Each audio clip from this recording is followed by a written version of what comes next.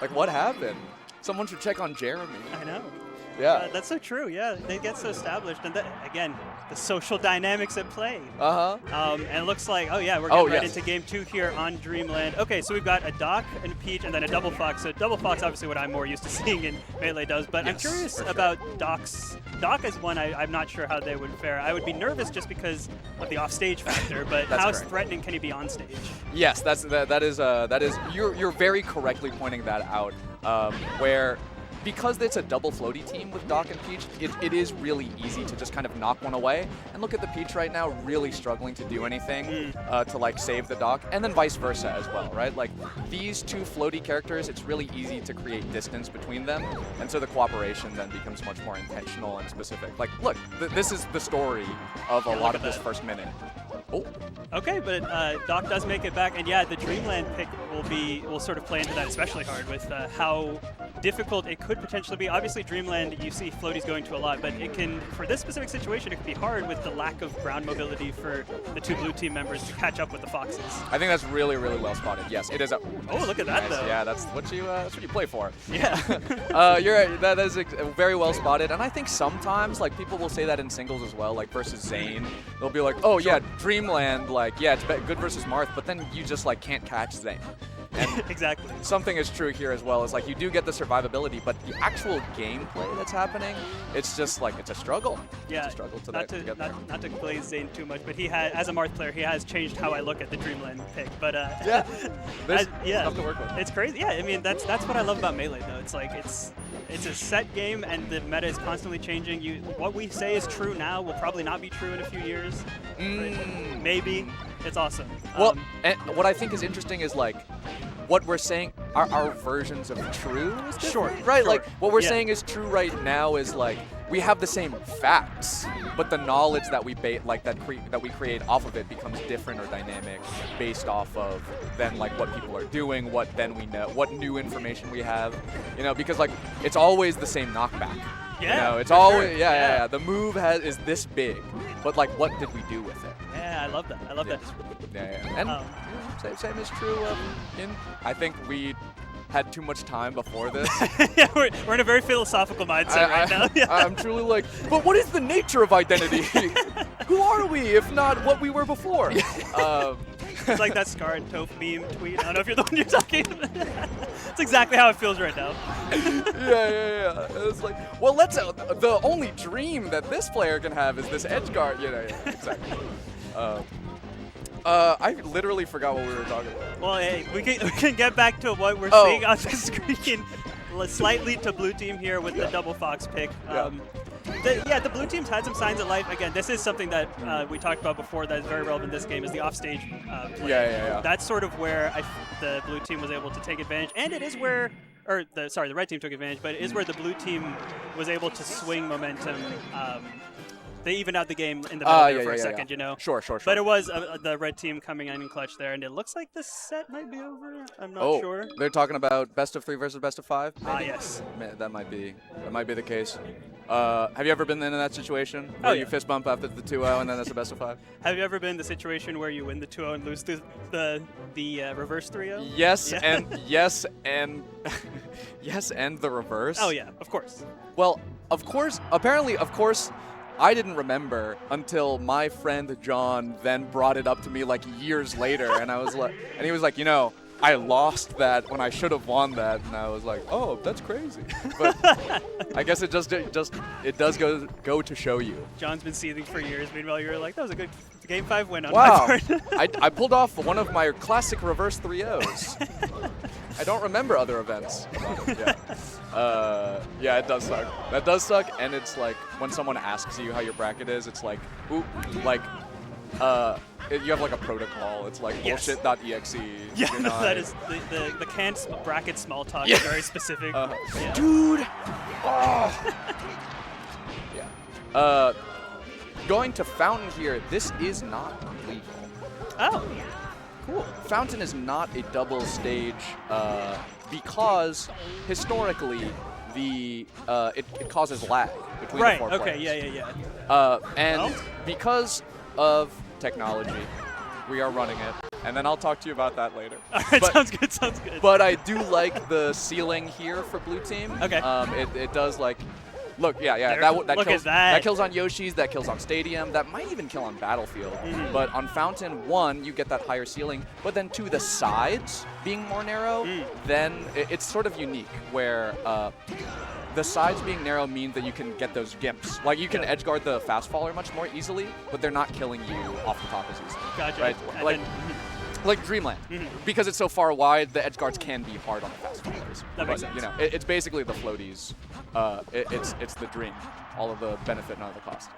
There you go. Yep. Yeah. And it is okay. Yeah, there's that cape once again. That cape has come in clutch for the Doc. It's definitely gotten some much-needed early kills on both of these foxes, but it is still a pretty solid lead for the red team. Yeah. Another cape, but I think early. Yeah. It was okay, too there early. You go. Yeah. It was too. So I think he did turn the fox around, but then the fox just did a fox can do behind as well. The angles. The angles. Have you been caped before, Ollie? Yes, I have actually. Yes. Okay. It doesn't feel great. It's miserable. It is. It's really miserable. Yeah. Because I don't know. For me, I'm just like, you think that you're catching me by surprise. I know you can do this. No, that's exactly what it is. Yeah. It feels worse than like a shine for me. Because at least with the shines, most of the time it's like they reacted faster, they positioned themselves better. With the cape, I'm like, oh, come on, You think bro. you tricked me? You think you're so I get so smart. toxic. You think you're so smart. It's like the doc says nothing. Like, the doc is like, la, la, la, I love playing mid-tiers. And then you're like, Literally. Yeah. That is what it feels like to play mid-tiers across any fighting game, probably. Yeah, they just like it. We're like, you think you're... Actually, sometimes mid-tier players are like, oh, I work so hard. I like I just am reading over and over again. And then, like, situations like this are miserable. But, you know, to be honest, it is a little bit miserable. I mean, it looks miserable. Doc just doesn't have what it, like, he can't keep up with these two foxes. You know? Yeah. I think even, like, he gets it right, even if you win in neutral as Doc, like, that's laggy. Yeah. There's really, I can't think of anything that really can quickly, like, you can spam, like a shuffle. Right, to, like, maybe split them up, to like, get off me to gain some footing, yeah. Or, like, make some space even. Right. Yeah. The most you could probably do is just, like, maybe a short hop back air to space. Yeah, and we saw a few of those, just poking them away, but not quite enough. Yeah. And it's not even, like, that's just mostly even defensive. It's not even that good of a defense. Sure. So, yeah, I do think, like, you were right that on the ground, staying close was really important for the floaties to, they just couldn't do it. They couldn't do it, and they were just, like, losing to the foxes over and over again. Yeah. So it can be hard. Fox can steamroll, for sure. Yeah. Especially when there's two of them. I think you really need to, for me, like, if I'm the blue team there, I'm laser focused on not even the opponents, but just keeping a medium distance from my team. Sure, yeah. You need to stay close, like close enough because you're slow and they're slow, but also far enough that you're not getting hit by their moves. Right. Peach especially, but like a lot of the floaty characters will have larger disjoints where if you're just too close, you can just get randomly clipped, and then Peach, of course, is the most distilled version of that. So, like, I think if you don't even focus on hitting the opponent or even not hitting your teammate, just staying close and being reactive, like, will get you further. More of a positioning game, yeah. That makes a lot of sense. Yeah, because openings are going to happen. Sure. It's doubles. Exactly, yeah. The chaos it's inherent to it. Yeah. There's no camping in doubles. There's no chain grabbing in doubles. Like, it's going to happen. Yeah. So, I don't know. What was your friend, David? Yeah, David. Okay. David. Something that my Davids have had to tell me always are like, you don't need to be doing all of that. The openings will happen. That's so funny because that was my problem for that team. That's more history, but anyway, yeah. Sometimes you just want to mash, you know? I want to go in. There's two of them. There's two of them, and I can hit them, you know? Yeah. Speaking of two of them. Yeah, amazing transition, yes. I think that we have Luigi, a double Luigi team. The two of the number twos. There we go. Right? Like, they're a double vice situation. And I do think in general, like, 2 Luigis get along a lot better than 2 Marios. Sure. Just like personality. Temperament-wise, yeah. Mario's got a little bit of a head case, maybe. They can butt heads for sure. Yeah, I agree. Luigi, they're both like, yeah, it's fine. What do you want to do? Yeah, exactly. What do you feel like doing? The problem can be with 2 Luigis is like no one takes charge. But I just think it's a better vibe. I agree. Yeah, I think that's a great assessment. Yeah. Sometimes you don't need to as in life. You don't always need an objective. Sometimes you just gotta get your chillest Luigi. Wave dash around, Yeah, just woo, yeah. Woo! They are. He gets it. He's happy. He's so happy. Listen to him. Yeah. Oh yeah. Great chop voice call there. Yes. Yeah. I do see a Marth on the screen right now. Are we going to see Luigi Marth? Ooh, that would be interesting to me. That would be interesting. The team name, by the way, for the double Luigi, it is on StartGG listed as the Goon Squad? Goon Team? I think the Goon Team. I think it might be the Goon Team. Because Luigi's are little goons, and that's it. That's the only reason they're called that, I think, probably. So it's going to be Rap Monster and Amused as Rap Monster's teammate. And of course, Rap Monster, the Phenom. Yes. You've heard of Rap Monster, but it's a little bit different from me just like seeing, for many years, people in MDVA would be like, you have no idea who this kid is. I don't know, what was it like for you? When did you first hear about Rap Monster? Yeah, so for me, it was within his comeuppance the past year-ish or so. Okay. Yeah. Was there like a win or like, it wasn't like at an MDVA tournament, was it? Or like, was it like a GOML? That's a good question. I feel like it was around GOML, but I can't say for certain. Okay. To be on, yeah, I first associated with him with MDVA back in like November, because I actually commentated Cav Clash 6.7, which was the low regional they did in between, which Rap Monster won. So that was when I connected that he was MDVA, but I had heard of him, I think, probably around GOML, yeah. Okay, yeah. And around then he had like put together some wins, like he had like a preeminent win at GOML. I think he might have beaten Crudo at that point already, too. I feel like the Crudo win is the one that is maybe the first that I remember. Yes, that would make sense. I think that's that. When you think about Zane, it's like probably Plup. Yeah. Plup or Leffen, you know? And I think for Rap Monster, you're like, oh, yeah, I remember you from Crudo. So yeah, definitely coming into today, definitely easily the #1 or #2 player, depending on how you see his matchup with Daydreamer. Okay. Today, yeah. Yeah, they've been going back and forth a little bit, but you know the rankings have come out now. Rap M is top 30. Yes, I saw that. And was this his first time in the top 100? An end of year one. Yes, he was in the summer. Okay, gotcha. Yeah. But that's correct. So as far as like official records, I consider this his debut. Sure, that makes debuts sense. top 30. I mean, that's how us in West Virginia have always viewed Samaras, right? Oh, that's it. Because his comeuppance was, I think comeuppance is the wrong word. That's like when people get what they deserve. Yeah, they rue punishment. When he come up, when he came up, that was like maybe a couple years ago, and it was the same thing where within West Virginia and like Pittsburgh, maybe even MDVA, were like a little bit. We're like, this Peach, you got to watch out for this Peach, Samaras, he's nice, and then he just started beating people, and yeah, it's so awesome when your local legend becomes a national legend, right? Oh, there's nothing better. It's the best. The feeling that you're like, oh, I have a personal experience with this game, that then gets connected like, oh wait, my personal experience is universal. Yes. Oh, it's so cool. That's what it's all about. Like Dan beat Mango? Yeah, exactly. Yeah. That's how it felt. When like the country roads ringing through the venue. There's nothing like it. Wait. From my house? You guys are like taking stuff from my room, and you're like holding it too. It's great. It's I had a house tournament recently. I saw all of the players like come over and like pet my dogs and stuff, or like seeing your friends hold your baby. It's like, this is like, I feel like this is only important to me. How are you guys in on this? Yeah. I love it. It's so cool. And the Rap Monster and Amuse did clean up that first game. And we do find ourselves on Dreamland once again. Yeah, I think this is sort of like Marth from Fire Emblem visits the Mushroom Kingdom, right? It's like, literally, yeah. It's like we have a foreign dignitary like Mario, and then bring your brother, and I've got the royal court, and then he shows up and he's all Japanese like that. Imagine like you're in Mushroom Kingdom and a Japanese man walks in. Yeah, I don't even know what they would do with that. It's like, what? Your arms are so long.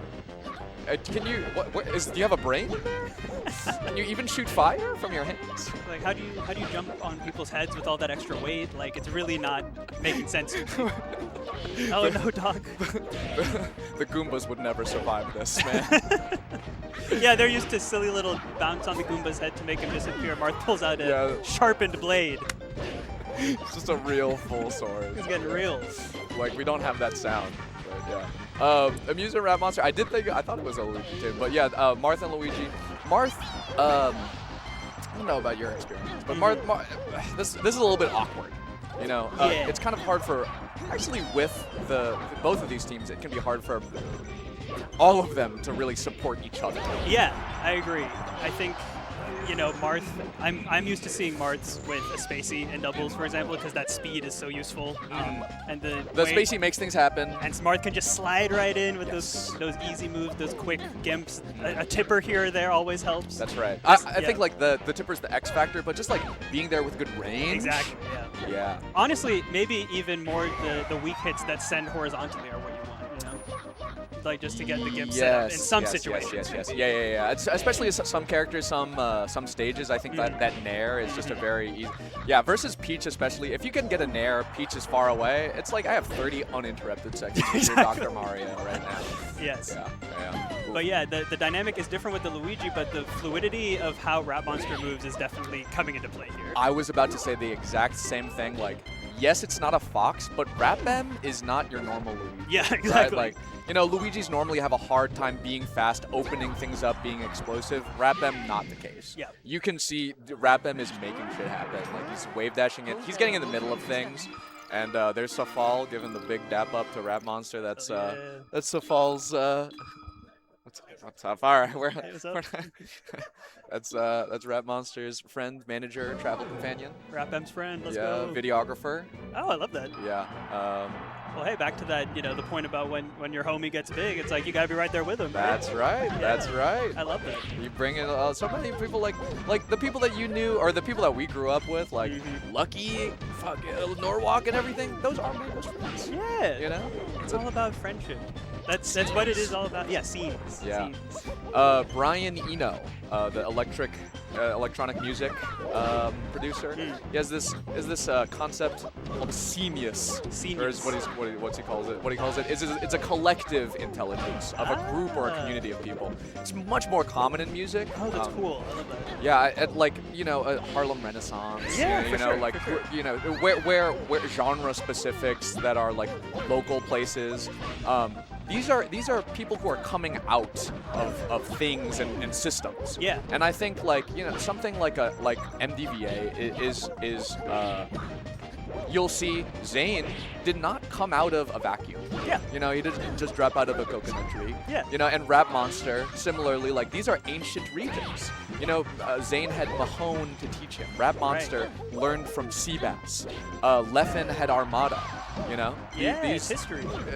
Yes, we don't live in vacuums, and like they're large and they're complicated, so they can get a little bit diluted. But also, it's just more stuff. Yeah. Yeah.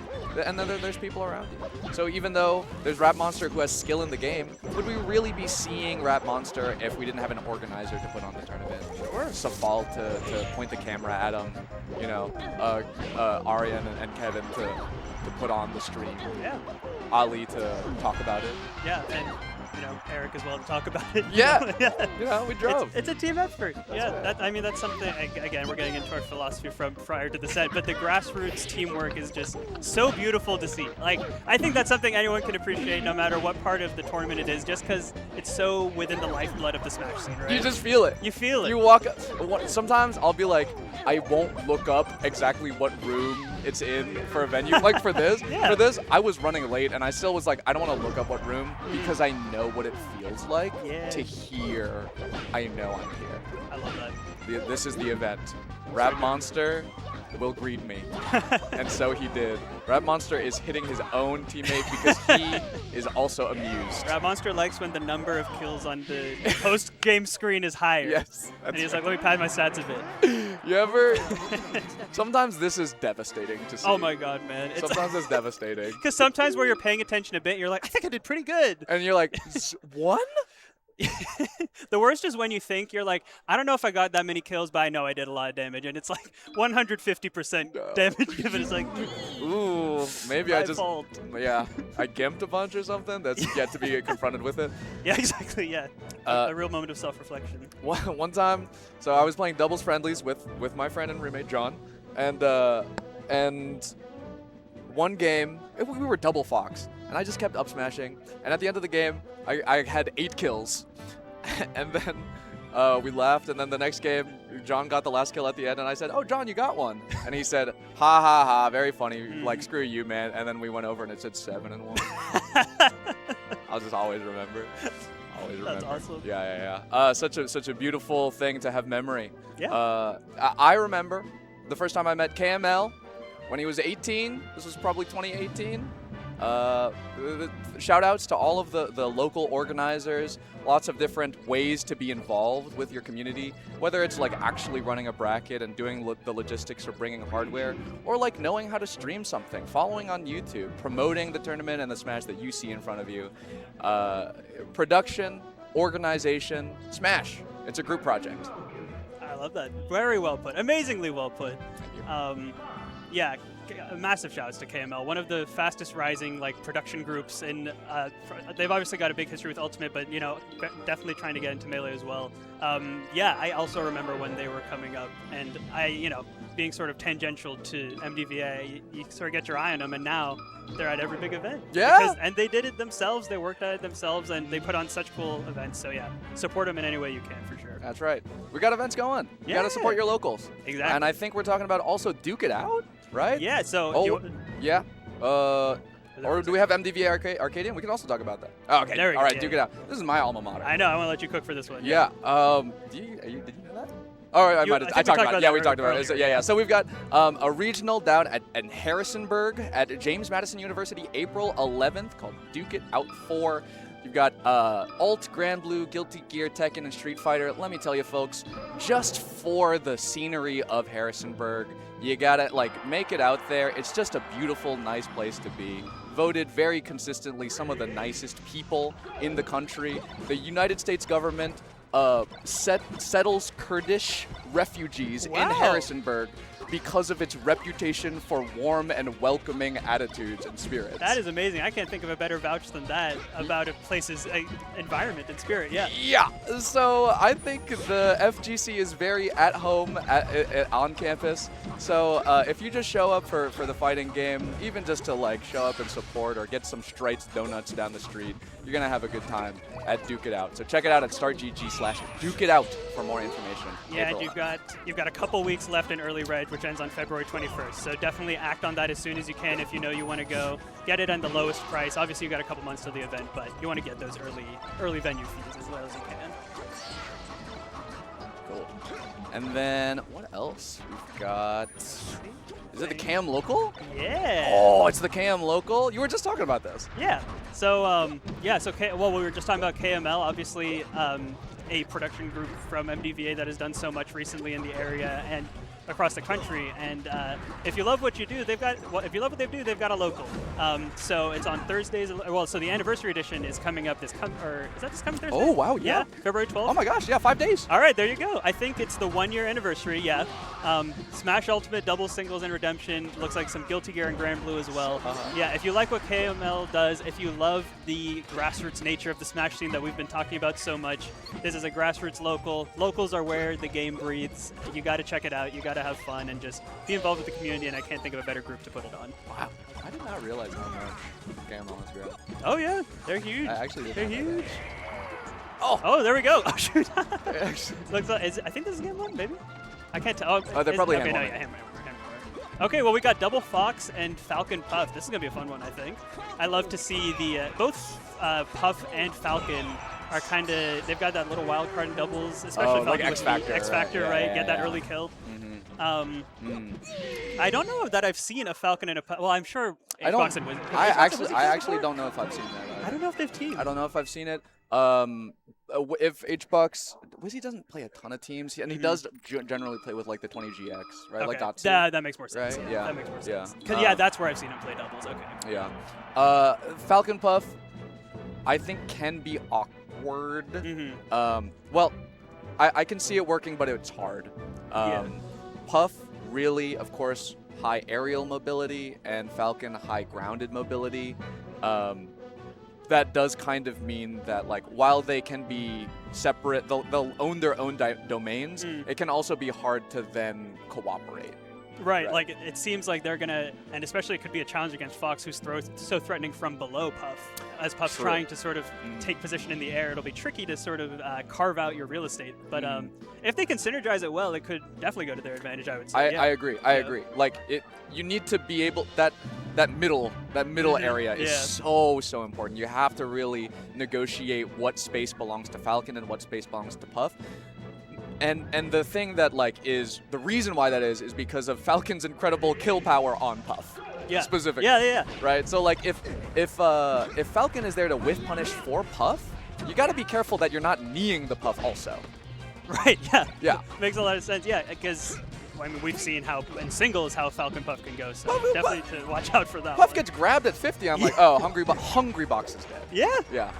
Yeah, so definitely something to keep track of here. I will say so far, it looks like they're doing a pretty good job. Yeah. It looks like, I'm not sure which player is the Puff, but it looks like they are... I think Bari. Bari is Puff, okay. It looks like they are actually kind of playing more grounded and sort of waiting for like a quick short hop forward air or something like that, a grab. Oh, no, no rest. Okay, but still. So buying some time, keeping that Fox in on the platform situation while the Falcon does have a little bit of extra time to then confirm their kill. Yeah, I think it works. Okay. Puff needs to leave. Yeah. Puff needs to leave. And very wisely hanging out by the ledge and sneaks in with the rest. There's that X factor. Okay, yeah, that's right. And then what you saw also, Falcon did guard Puff there. The Fox could have maybe run through and gotten an up smash there, but yeah, like the Puff here. Okay, you have to be kind of on your game to be doing those like throw and then rest combos. Partly also because Falcon doesn't have as easy of a way as interrupting or like to wake Puff up, right? Falco has laser, Sheik has needle. Marth even just like jab because it's farther. The range. Yeah, but Falcon is like that short, stubby. Yeah, and we saw there, like in one of those recent examples, Falcon was right there with the quick jab to wake him up, but then on the flip side, exactly like you said, then when Puff was stuck on the other side of the stage, Falcon just sort of ran over and then jabbed and ran away. Yeah. It's like, that's what you have to do. I'm coming. Just like running with just a single jab. Yeah. Okay. Oh, yeah. See, just like that also. It's like Falcon hesitated a little bit, and, a Marth jab would have stuffed the Fox even. Sure, yeah. There's no disjoint or extended hitbox or anything like that. Yeah. So, like, to wake up the the Puff is also a little bit dangerous. Not just like getting there, but then also the afterwards. It doesn't always hit. All right, it looks like they're trying stuff. I think. Yeah, nice shuffles. Yeah, I'm not mad at this Fox staying alive. This is like the second or third stock they've taken. Yeah, keep doing your aerials. If they keep going for the up smash or the Falcon punch, Yeah, exactly. Keep aerialing. Okay, there you go. Okay. That was actually a really nice position to get that rest, like the grab above Puff, Slowly jump up. Yeah. Okay, and it does look like Fish. The Fish do have a feeling about this player. Okay, hold on. I think the Fish fear. I think it's the classic Fish fear me, and then we could even ask. The Fish have something to say, and we. Oh, here we go. Hold on. Okay. Fish. No. Oh I did see Fish fear me. I did see it on there. Fish. No beasts dare make a sound in my presence. I am alone on this barren earth. If I am playing against this team, I'm DQing. Ethan, I'm so sorry. I'm too scared. There's some warfare going on immediately as you sit down. Yeah. The earth is barren? I'm on the earth. Wait, that's me. Okay, so Stadium, I think are great. It's the textbook counter pick. In singles as well, but also vertical kill power, of course. I think like this is easier for the Foxes to digest what these situations are. Very clearly, if I'm too far from my teammate, I'm probably on the other side of the damn stage. Yeah. That's where we're putting it. And yeah, already kind of going to their advantage. I think each taking a stock, and Falcon going up to 89% now. Wow. Yeah, that's big damage. Huge damage. Now you're just an up smasher up smasher up air away. Thank you. That's right. There we go. Yeah. Or even like if you get hit by a strong bear on the side, you know, that's like a really strong. That Falcon especially, like rinse and repeat. The rinse and repeat edge guard characters, I think, also like, you know, if you have a Fox who's on it, you can be edge guarding while 2v1ing. Yeah, especially when the other character is Puff, who's probably going to get trapped on the other side. You know? Yeah, how is Puff going to like force the issue on you? You know, Puff is going to have a really hard time without putting herself at enormous risk. Yeah. Oh, it gets the spike. Oh, yeah. Very well timed on there. So everyone's at 2 stocks except for one of the Foxes, still going strong at 4. And as I say that, yeah, it gets lead. There we go. Spacing there. But yeah, I think maybe the other Fox, like, I like this distance, but they have to stay close here, right? Like, if that blue Fox turns to the right on Falcon, that I think leaves, you know, you're leaving some Puff damage on the table. Yeah, that makes sense. And that could have been, yeah, that was a tricky position because both Foxes were kind of closing in on the Puff while Falcon was cornered, but nothing came from it there. Right. I think a little bit of a decision paralysis. Yeah, right? yeah. I think you can either, that Fox on the right side, edge guarding Falcon, either calls for help on the Falcon edge guard or gives up and then tries to cover another Puff landing. Personally, I think the one who is edge guarding the Puff like goes, okay, then it's Falcon time. You know, like let's seal the deal on the easier to kill character. Yeah, and that's where team synergy comes so far into play in doubles, because the best teams are the ones who make that decision without even thinking. You know. Absolutely, absolutely. Yes, they've maybe talked about it. They have the same heuristics. They have an understanding. And sometimes, you know, I think with Melee doubles, your values are so coded into the decisions that you make. That's why brothers and best friends like are the best teams. Yeah, the siblings are like, oh yeah, because we value safety. Because our father valued safety. our culture values safety. Yeah. That is very true. It's such an expressive game, and it for sure comes out like the personalities. So yeah, it's super cool to see. Would you rather try to go for the Puff, like going for that landing, all of the different considerations, risk factors, you know, failure, success rates that come with it, or the Falcon? That you make that call. Yeah. Those are a million different tiny decisions. You know, and I think the stadium stage, like we were saying, yes, it did come into play there with the earlier kills, but in general, I think the Foxes cooperated a lot more. I would totally agree. It seemed like they were just picking up off of finishing the other person's combo, finishing the moment of advantage. Yeah, really good synergy. And yeah, for the first time, I think in our block, we've got not a 3-0. Yes. Yeah. Yes. Even honestly, some like close games. Yeah. I love to see this. Yeah, so we got a set cooking right now, and I think it is really well spotted to say like, okay, I'll finish the advantage state, and then I'll move. So I think like the moments where they have the edge guard or they just get some good percent, but only do like 3 or 4 moves and then back off, I think that's where the Foxes have where they really made their difference in game 2, right? Because then they turn an opening into 40-50%. Yeah, using the speed and reaction speed of their character really to their advantage here. Yes. Yes. Because if you do that and then you reset, like you are actually in a position to side B into the stage and play yourself. I think that was something. They're really good. Ooh, down throw. Interesting. We'll see here. Now the Foxes, I like closing in on Falcon here. Don't fish for Puff right now. Like that, the Fox on that Puff side does need to like, you know, maybe put out an up tilt or something. Something to threaten. Yeah. You can't literally ignore her, but never. I wouldn't prioritize Puff here. She'll die incidentally. Yeah, and I mean, she just wants one of the Foxes to isolate themselves with her at the ledge, you know? Yeah, that's right. That's exactly what she Don't fall wants. for it. Yeah. There's like a water nymph. There's like a Medusa over there.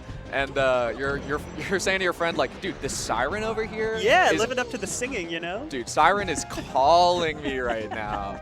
And he's like, no, dude, do not listen. She will trap you, cover my ears. You're like, nah, dude. And that was a little bit one of the more extended moments of like 2 separate 1v1s that have happened. Sure. And it didn't really lead to a ton. Some chip damage for the edge guards, but yeah, not too much of a swing either way, which is you know. I think it makes sense, how it goes. Yeah. right? Like especially Dreamland, where that Fox I think the Double Fox team figured out, like, okay, staying at this kind of distance, recognizing and choosing these situations is good, but on Dreamland it becomes less clear. So I think there are a lot of like weird situations where they're like, okay, I'm going for something, but actually it kind of didn't work. You know, and so too with like Red Team is kind of reacting where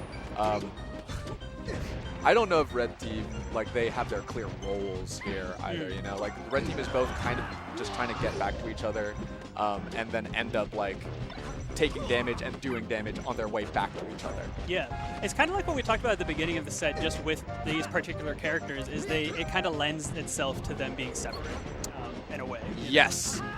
Yes, you're absolutely well spotted there.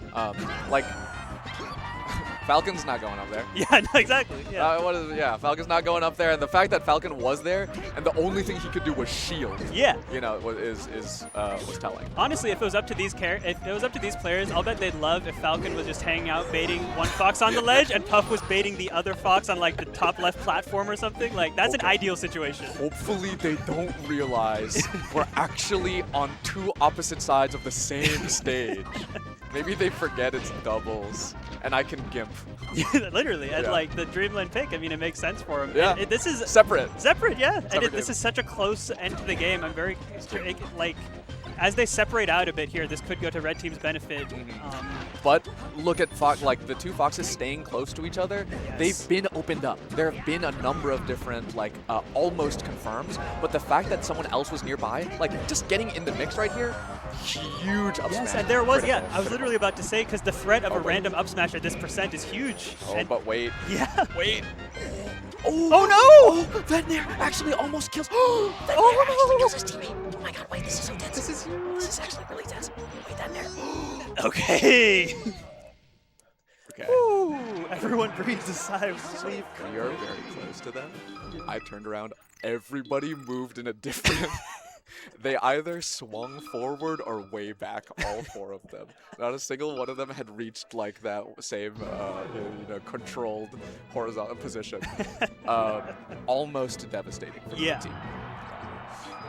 Oh man, I mean, those are those situations where the 2v1s can get swung with like high percents. Oh, we got a character switch. Falcon is gone. We got Marth. Wow. Okay. I think I like it. Yeah. Yeah. The Falcon like is more exciting, but the Marth is going to be more controlled. I agree, and now you've got so much more range to deal with stuff on stage. You can be more of a, you can carve out more room for Puff to be a threat, but that Shine is going to take out his stock pretty early. 77. Yeah. 77 Puff. Yeah. And I think like Jack was doing a pretty good job of getting throws here, but like even then, right? Marth is going to get a lot of grabs, and then we also saw a lot of grab rests in that game one. But, Mari's going to have to stay really close. The Puff is going to have to stay close in order to capitalize. But I think Marth Puff, like, grab, rest, really, really potent. Grab, rest, and even, like, when you're Marth and your Puff rests your teammate, you just spam grab. Like, jab, it's just like, and instantly wake them up. It's just a really, really fast, explosive situation where, like, it turns that X factor into just something that happens all the time. Yeah, right. I mean, getting those situations as much as possible is where exactly it goes from an X factor to something you can rely on. Yeah, replicable. Replicable, for sure. Yeah. And, I mean, this is like an ideal situation. You got one Fox gone, now you're in prime position to edge guard the other, but the down air... Just to get a little bit too saucy, yeah. I think overcomplicating it. I agree, just go for nair, back air, even like maybe reverse fair if you get the right angle of it, but you've got better options. Yeah. Honestly, in doubles, maybe I think Puff needs to be a little bit further out there, but like in an ideal situation, you hold ledge. Yeah, the Puff does the back airing, on that nice. Wow, running side B, that was really good too. Nice save as well. That's what I was talking about with, Falcon does another jab, it doesn't do anything. It doesn't save. But Marth just spams another dash, or another jab, and it stems everything. Yeah. Exactly, yeah. The character switch has worked out beautifully here. And you'll take that trade for sure. Oh, yeah. Oh, wait. Okay. Oh, wait, yeah. Okay, so Fox does still die, so still a good trade. You're up a full stock for either character. And they've really been able to get more quick early stocks this game. Yes. With this particular team comp, which you've been describing as we've gone. It just lends itself better to that kind of thing. Yeah. It's like, I think honestly, it doesn't even. Jack actually just goes all the way and lives. Wow. Okay. Ooh, they might have bumped it. They might have bumped the screen. So we're commentating now live from the TV itself. So Marth gets a grab, but they miss the grab rest. Another grab. The one Fox is trying to pull off the 2v1, but it's pretty doomed right now unless Fox gets like, an early kill on Puff right now and then maybe a Gimp. It's tough. Yeah, it's looking really brutal. Okay. And I think, that'll clean it up. So Red team will take game 4 there. Yes, we are going to go to game 5 right now, and I love to see it. I love a game 5. I love everything. It's like you're back in game 1, but with so much more data, right? Whoa, You're right. It's very interesting. The dynamic completely switches. It does feel like it's like a reset. Yeah, because like coming from a competitor's perspective, both when you force the game 5 and are forced into the game 5, you feel like everything just comes down to this moment. Matters. Exactly. Yeah, right? yeah. I was thinking about the game count. I was thinking about like what my counter picks are, but like we picked this last game, and then like this is what it comes down to. It's gonna be fun. Yeah, I'm curious. So obviously, I definitely think it'll be Double Fox versus Marth Peach. Stage could be cool. I don't know. Do you have any thoughts about this? Ooh, yeah. Okay. It depends on how the Fox's temperament. Personally, FD for me. Actually. Yeah, okay. Yeah. Actually, I really dig that because Bari has done a really good job hiding on the platforms. I feel like, or hiding maybe behind Marth, who's covering the platforms. We are going to Battlefield. Okay. The juggles on FD could have been cool, but going for just the classic Battlefield pick does make sense as well. Yeah. Actually, I want to think. Yeah, do you think maybe not quite? I don't mind it. I don't mind it, but like the Battlefield ledges, it's hard for recovery. Sure. And you hate to see that to start the game. Yeah, game 5 too. Yeah. And I think like FD is a little bit scary because of Marth, but it really, it's not going to come down to that. Well, it's like you said right at the start of the set. In doubles, there's no chain grabbing. You don't have room for that. That's like, right. You don't have room? It's not going to happen. Yeah. And I like the fact that really wow. Nice pickup. Okay, doesn't kill, but that was I think that reminds blue team, we're stronger together. Or we get up throw arrested separately. Oh man. Yes. We either will combo. Well, either if I have to die, I'd rather my teammate up smash me than be rested by. Oh, the reverse baron to the up B. Wow. Yeah, there's no coming back from that angle. Oh no. Okay, really value Nair, but the Marth is. I think there were 2 times now where the Marth is really keyed into when the Fox is off stage and when they're vulnerable here, because the Foxes are they are melting.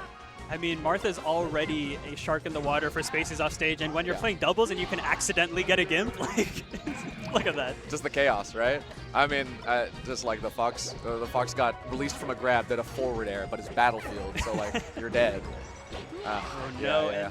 Yeah, just the pass off to your teammate where each Fox is at 1 stock. This game 5 has snowballed a ton, and this team could be hard to come back.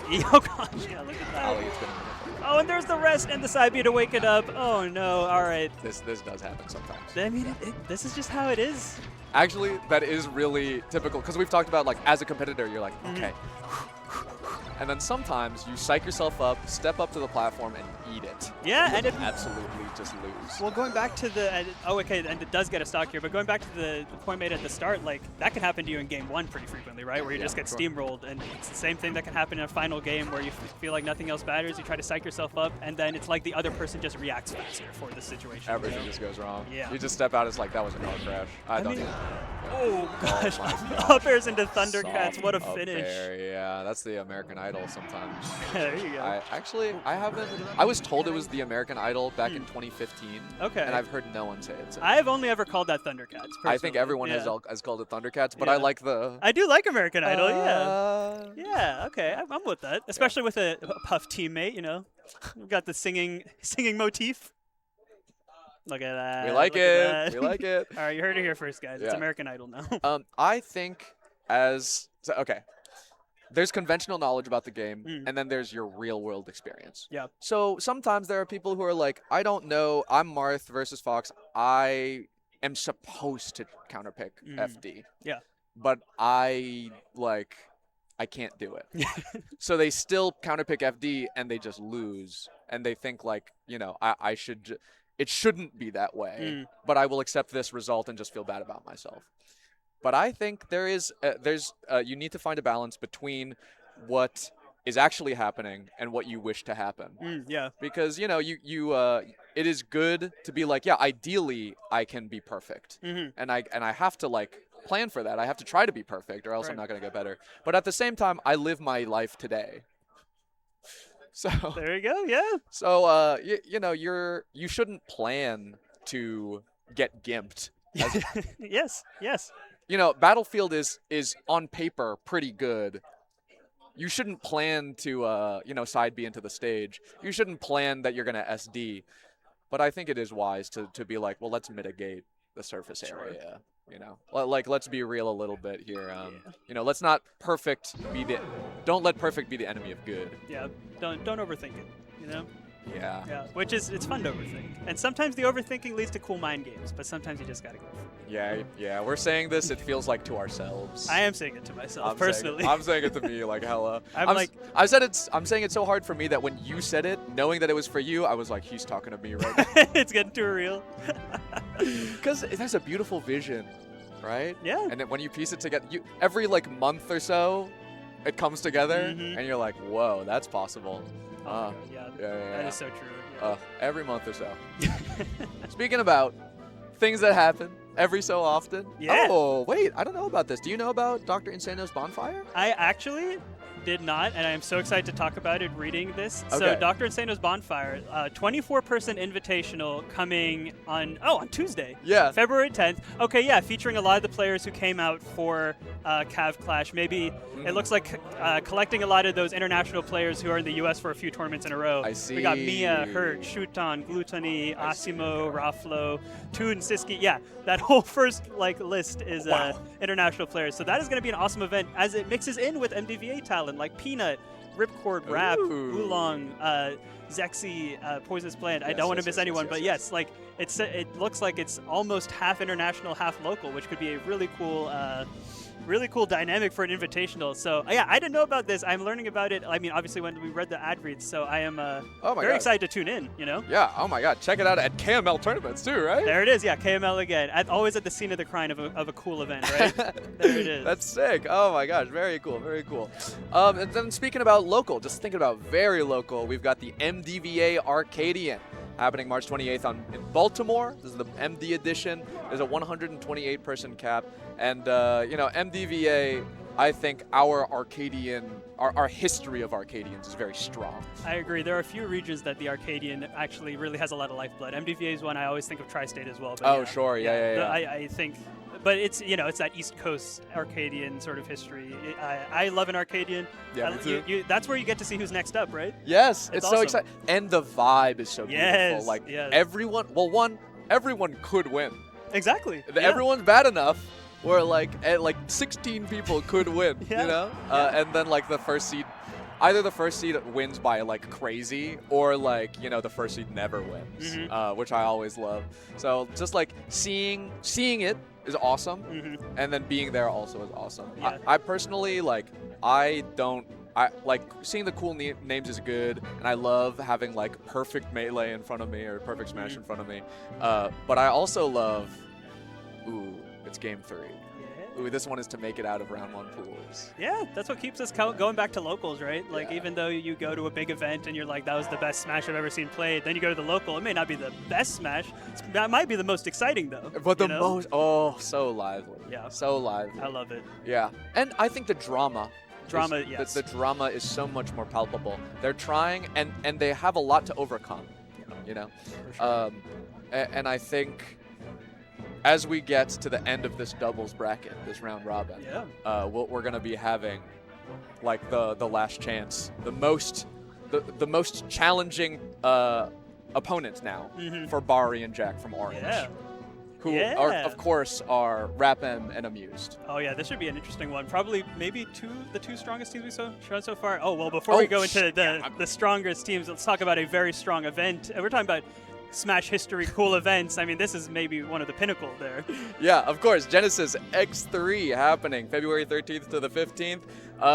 As a weekend is It is often on that weekend, to the chagrin of many partnered Smashers. For sure. But, registration is still open, StarGG/GX3. Of course, this is our Super Bowl. This is the main event, San Jose, California. We don't have to let you know. But we do need to remind you that if you're trying to register, you need to register now. And if you're trying to make plans, you should probably book your viewing party, this weekend too. Yeah, it's a big one coming up. It's a very cool, especially for Ultimate, very cool series of weekends with LMBM a couple weeks ago, Cav Clash here, and now GX3 next week. It's, from the Ultimate side of things, it's a really cool way to see who's going to take the lead at the start of the season, especially with how many players could be #1. But obviously that's on the Ultimate side of things. I'll talk more about that tomorrow. No, that's cool.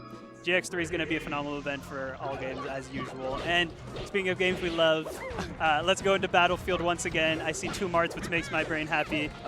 Yes. and then with the 2 floaties. Yeah, right? yeah. But I think, speaking of having the same base, but then how you use it differently, you have 2 Marths, but they play very different roles because one Marth is like with a Puff, and the other is with a Luigi. So the red Marth is going to have to look for more openings and find more situations. So I think you're going to see red Marth looking for a lot more grabs and in general like holding space and I think on the ground to try to react. Whereas with the blue Marth, that's got to be, the blue Marth is supposed to make Luigi super Luigi. Yes, I love that. Yeah.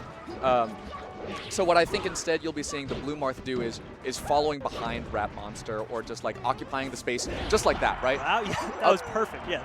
About 2 or 3 character length away, about a roll's length away is the perfect spot for that Marth to, 1, support Rap-M if there's like a confirm that he can't follow up on, or, oh my god, Jesus. Or 2, right, like Rap-M does one of the weird explosive moves. You see Amuse jumps up to the top platform is like, I can get the second hit on this. So the blue Marth is very much supposed to be a really strong and close reaction, whereas the red Marth is going to be fighting just to hold position, and then we'll be looking for things more. You know what I mean? Yeah, I mean that is such a great analysis of how the same character can be so different within the same game even, and we've already seen exactly what you're saying on display here. And it's gone to the advantage of the blue team so far because if you're going to create a Super Luigi, Rap-M is the best one to create in the world. He's already kind of Super Luigi. Yeah, exactly. Yeah, you're making Ultra Luigi. Yeah. Exactly. Mr. L. That's right. Yeah. Big time.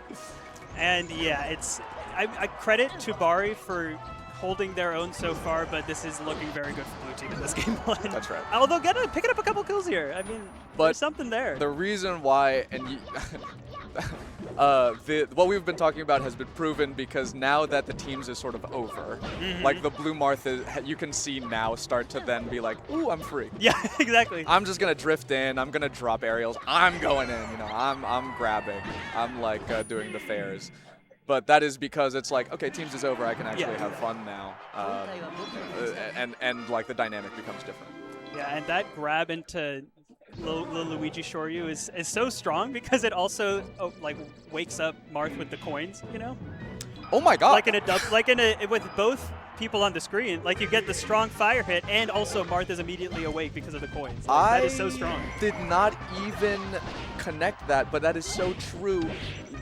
The best part of Luigi's up B you use, and the worst part you use well. Yeah, it's great. Like it's so fun. It's so fun how like you would never think to throw these 2 characters. Well, I mean, you could think to throw these characters together. It's a less common team comp, but like that's where the knowledge comes into play. It's the same up B. It's the same bad hitbox. Yeah. But because of the context, suddenly it's the best that it can be. Oh, look at that. Beautiful analysis. Now, Marth, I don't know what you do right there. Maybe that's a reverse up B, actually, maybe. Oh, sure. Zane might do it. If it's, like, off the side there. At 103, I'm not sure what you do. Ooh, gets the nair off the top, it works! Yeah, Rap-M is hitting that. Oh, man, that Luigi nair is so it's rude. It's one of the rudest moves in Melee, I think. It is one of the... I feel like... Oh, wow, it's pineapple. Yeah. You get... Luigi steals more. Like, Luigi Nair steals more than it makes. Yeah, exactly. Yes. Exactly. It is more reversal than it is initiation. Colonial ass Nair, bro. Let's go. Why you just awakened something in my like ancestors' nervous system where I'm like, of course the French would. Like, oh, that's not Luigi. That's Luigi. Luigi. Yeah. Oh yeah, you're right. You're never making something of your own, Luigi. You're just taking of mine. So we haven't even talked about then switching to the Peach here. Oh my gosh, yeah, very true. Because there's not even 2 Marts on the screen anymore. We're going for double floaty. Yes, I do think the Peach is gonna do better at holding her own. Yeah. Marth can get opened up. Okay, pineapple, but a lot of pineapples is her game. It's a lot of drifting in here, and I think it makes sense with. There's a lot of fear abound with Rap M on the screen. Yes. Yeah. And yeah. So I think Peach is gonna be like not opened up as hard. You know, Rap M is gonna be over there, but you know, like versus Marth, Rap M might do 60-70%, whereas Peach there just like held down and then mitigated. You know, stemmed the bleeding. Yeah, that strong defense really coming into play there. Yeah. And so far, I mean, this is going well, other than Rap M having 3 stocks. You know, it's better. It's better. It's a lot better. Actually. Oh man, just karate chop as the invincibility runs out, and now Peach in a 2v1 at high percent. Just immediately capitalizes. Didn't even let a 2v1 really happen. Honestly, just continues the edge guard. It was just like we took care of one and then we did the other. Yeah. Ooh, I like the chatter here. I like chatter between the 2 teammates. Yes. You fight for it, you know? Yeah, I mean, that's what we're talking about with doubles. It's like there's another person there at stake, and that's where like the conversation comes into play. The mid-set adaptation you get to see more of as a viewer because you actually are visualizing the teammates talking to each other. It's in progress. Yeah. Yeah, absolutely. There's whatever is developing internally must be externalized. Yeah. Absolutely. And yeah, we're back on Dreamland for game 3. Marth? Okay, so Marth Dreamland this time. Okay. Right. I think if you as the red team if you want to I think if you do, if red team wins a game, I think their path to it could be grab rest. Yeah, it might have to be. Yeah. I think if you spec hard into grab rest right here, you can kill Rap M and you can kill him used, and you can do it like on Dreamland. I mean, because they need those X Factor kills. That's what they've been missing. And they were getting them against like the double foxes, for example, but it's so much harder to get against this team. They're not side being off the stage. You know, they're living for a while. True. Right? I think it makes that makes a lot of strategic sense to me. If they're like, okay, with this matchup, on Dreamland, they're going to have a hard time killing us, but we're the one with a puff. Right, yeah. Yeah, we're the one with the rest, so if you do want to win, we can make it really hard for them on Dreamland, and then we just will kill on any part of any stage. Yeah, this is kind of that perception you were talking about earlier when we were talking about like Battlefield versus FD. It's like what you think should work, like let's lean into that, and if we're, let's believe in it, let's lock into it, let's play to our strengths, it might come in, might turn out well. But it looks different if you put it into these contexts. Right. Starting with the singles knowledge, like, okay, Puff will live for longer, yeah, okay. And, you can die from rest. What happens then if we put it versus Rap M? What if we put it next to Rap M with a Marth and we have a Marth also? That's a little bit dangerous there, yeah. That was a risky rest, yeah. That did need a tipper, I think, in order to kill, but, it's basically just hoping that they mess up. Ooh, Phantom Chop, yeah. Rap M climbing up to 170. I think he's still alive. The Fireball on recovery? Yeah, that's... Come on, man. Okay, Rap M actually just takes another... Rap M at 170, you let Rap M back at 170, you die. That is so great. Like, it just feels so bad. Like, we talked a bit about things that feel the worst. That definitely feels rough. Really bad. Yeah. really. Because also, just the time element, you're edge guarding Luigi for like 17 minutes, and then you like miss one L cancel, and it's like, all right, well. It feels, it doesn't feel like I lost. He's just so good at sneaking in. Did he do it field. again? Yeah. Okay. He almost did. There's that Dolphin Slash coming into play, but he just full waved that up smash across the screen. Oh, and that's it. Dylan. That's it. 186. Oh my gosh. Oh my god.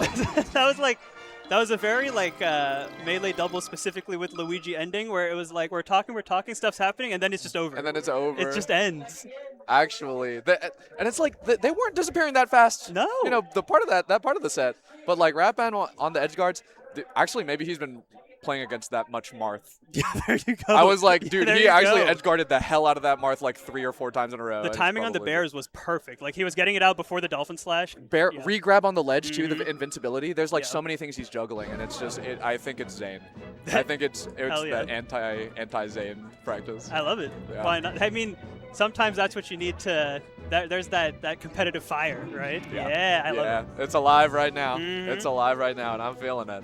Absolutely. Yeah. And I think was that the end of our doubles? I think that's the end of doubles. All right, so I assume Rap M and Amused. I mean, we watched all their sets. They didn't lose any, so congrats to them. I think for winning. I do believe so. I would be really surprised if there was another round robin pool happening on a different stream. But that is to say that we finished this first part of the event. There is more melee going on at this part of the day, and as far as Smash goes, things are getting really lively in here. I'm trying to tell if I see people sitting down. Is this just friendlies? That's not real. Okay. Oh wait. Okay. Oh, are they still playing? Oh, there's one more. Okay. Oh, okay. No, okay. There's somebody. It's not up to me. I'll say whatever you want me to say. It's not up to me. It's not up. Don't look at me. You're the guy with the microphone. You're people on stream. The stream is seeing this tournament decision almost not be adjudicated.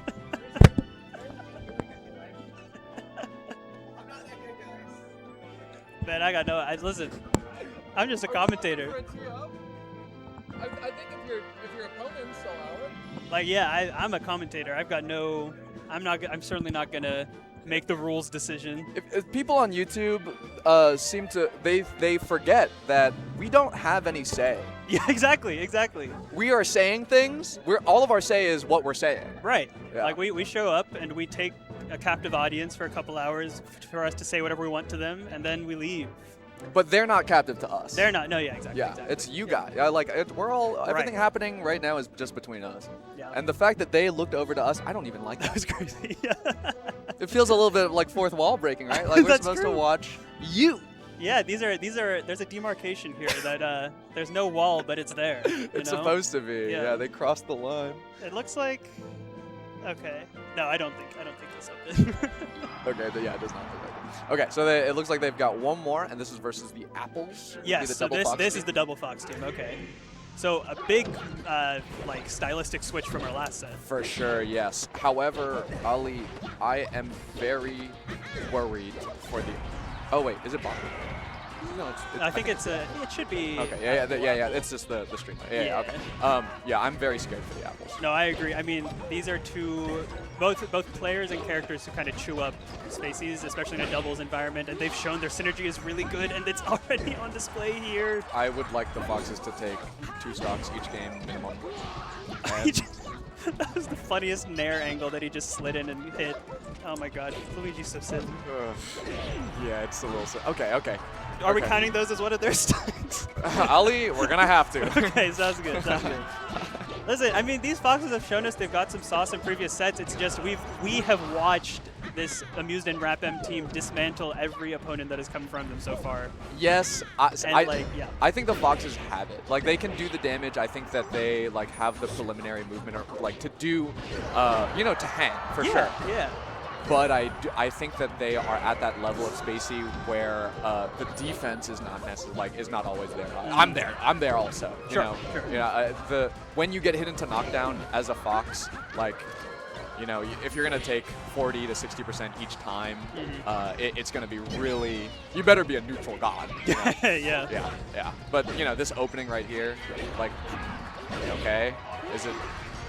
One of the Foxes dies and then the other Fox dies, right? I mean, because that's the thing. As soon as they're separated even, I don't know how the other one survives. That's right. Yeah. So, that one Fox took 1 down smash. The other Fox tried to save.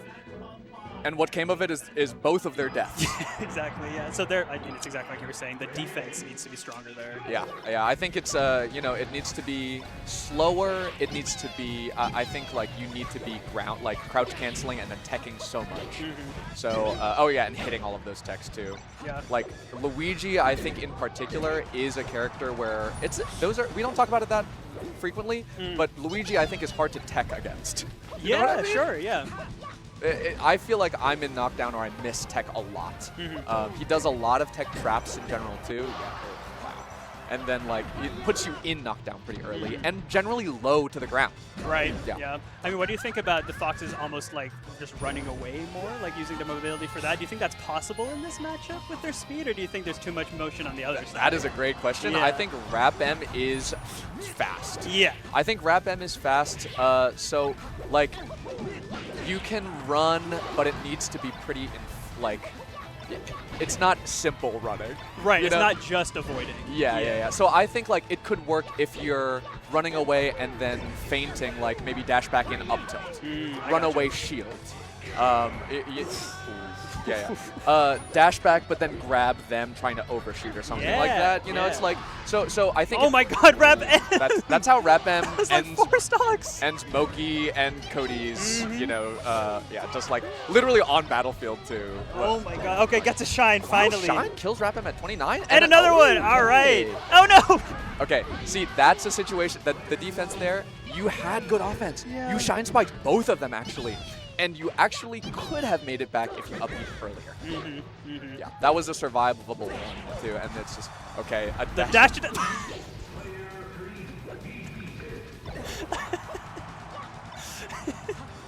He was gone. I like when and he edge canceled. He edge canceled the short. He's so sick. He's so sick. I do prefer this when you are the advantage for the stronger team or player competitor. Have fun with it. Yeah. Because you'll do worse, which makes it better for them in terms of their ego. And then you both have more fun. Yeah, it's just redistributing the fun to the set. It's so good. You have so much already. It's so exactly. You know he's having a blast. He had like 6 kills that game, I think, just off of edge guards alone. He's gotten like 5 Shoryu tech chases so far. Like. He's just having fun with it. Do you need another 7 stock? Yeah. Why not you have fun and everyone has fun, huh? Yeah. You know, fun at ScatCav Clash 6.7, RapM did win, and he won it on his 7th, lucky number 7 misfire of Grand Finals. And that is, I feel like that's just what Luigis are always trying to do when they enter a tournament.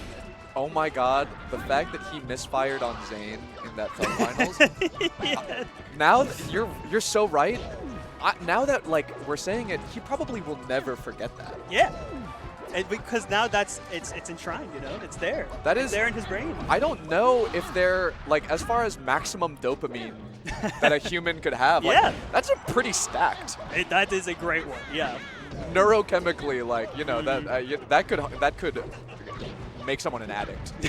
Literally. Like big time. I'd probably be going for it all the time too, to be honest. Well, they take an addictive game to play and they add in gambling. And then everyone is watching. Yeah. And it's the most popular kid in school. God. Yeah. Oh my God.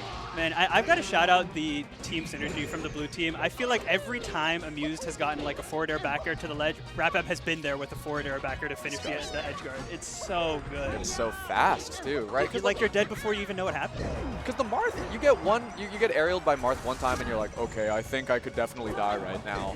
And with RapM there, it's just like, it's over. Yeah. Oh, it's rough. Yo! Bro, chill! Oh my God. Jesus Christ. If someone did that to me, I'd kill myself. You're altering the trajectory of this tournament for sure. Sorry, I shouldn't.